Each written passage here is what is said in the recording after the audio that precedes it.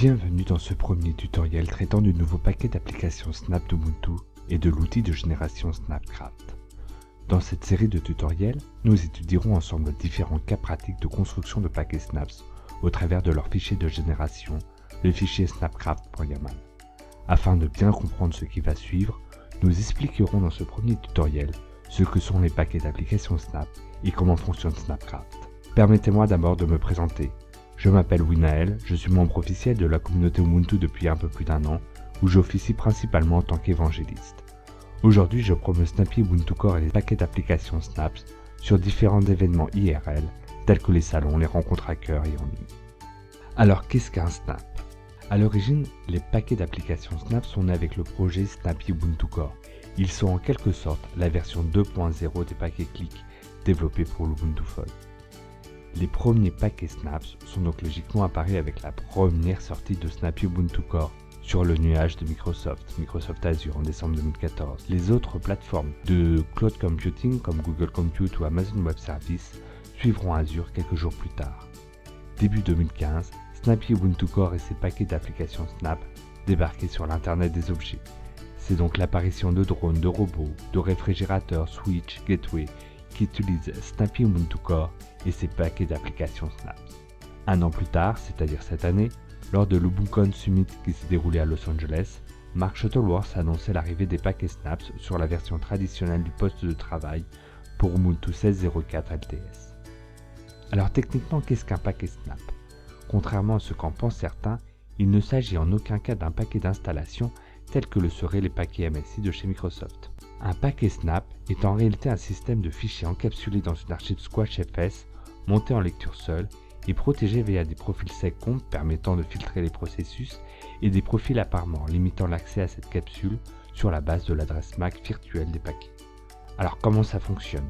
Les paquets Snap sur le poste de travail et sur le serveur fonctionnent de la manière suivante. Les paquets Snaps sont installés dans le système de fichiers de la machine hôte. Ils seront visibles dans le répertoire /snap, /nom du paquet, /version du paquet.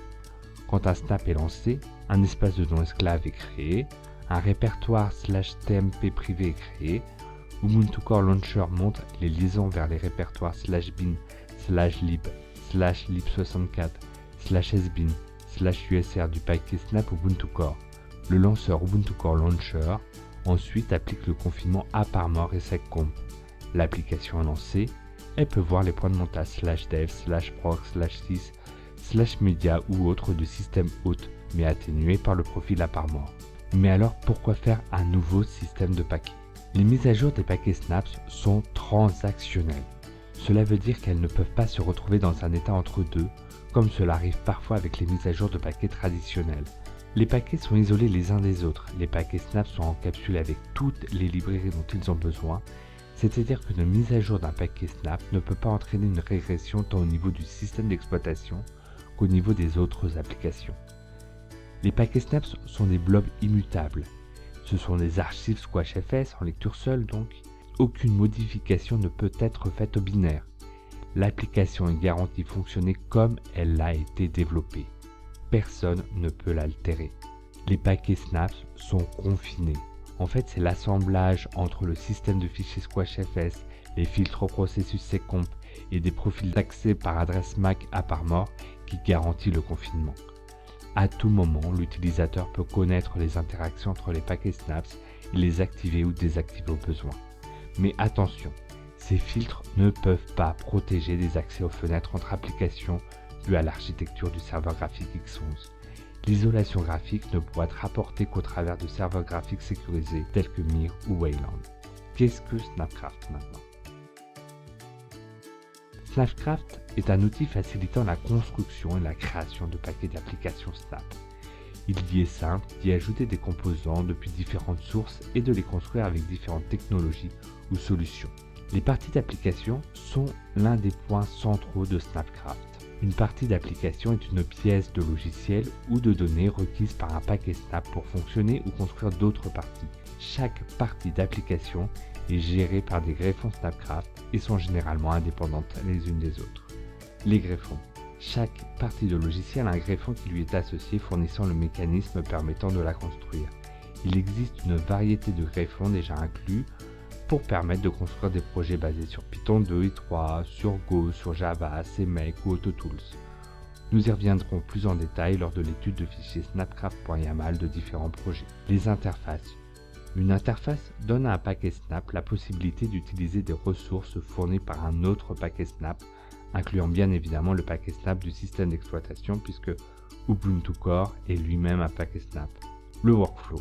Voici une description du workflow qui s'exécute lorsque l'utilisateur exécute la commande snapcraft depuis le répertoire dans lequel se trouve le fichier snapcraft.yaml. Première étape, la récupération des sources, dite pull. C'est donc la première étape, elle consiste à récupérer du contenu depuis un dépôt Git, Bazaar ou à télécharger un binaire.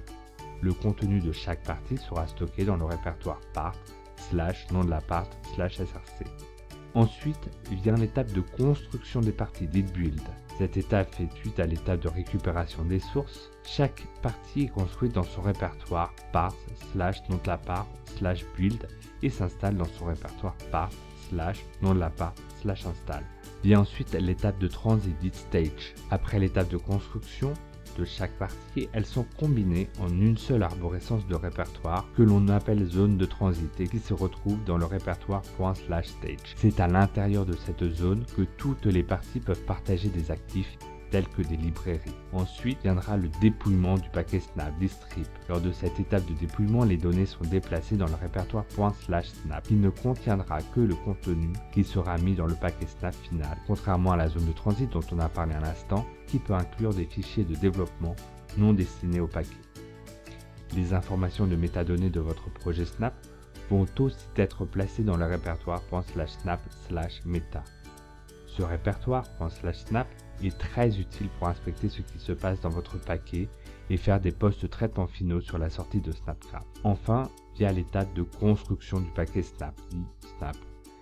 La dernière étape construit l'archive squashfs, le paquet Snap, dans le répertoire de travail.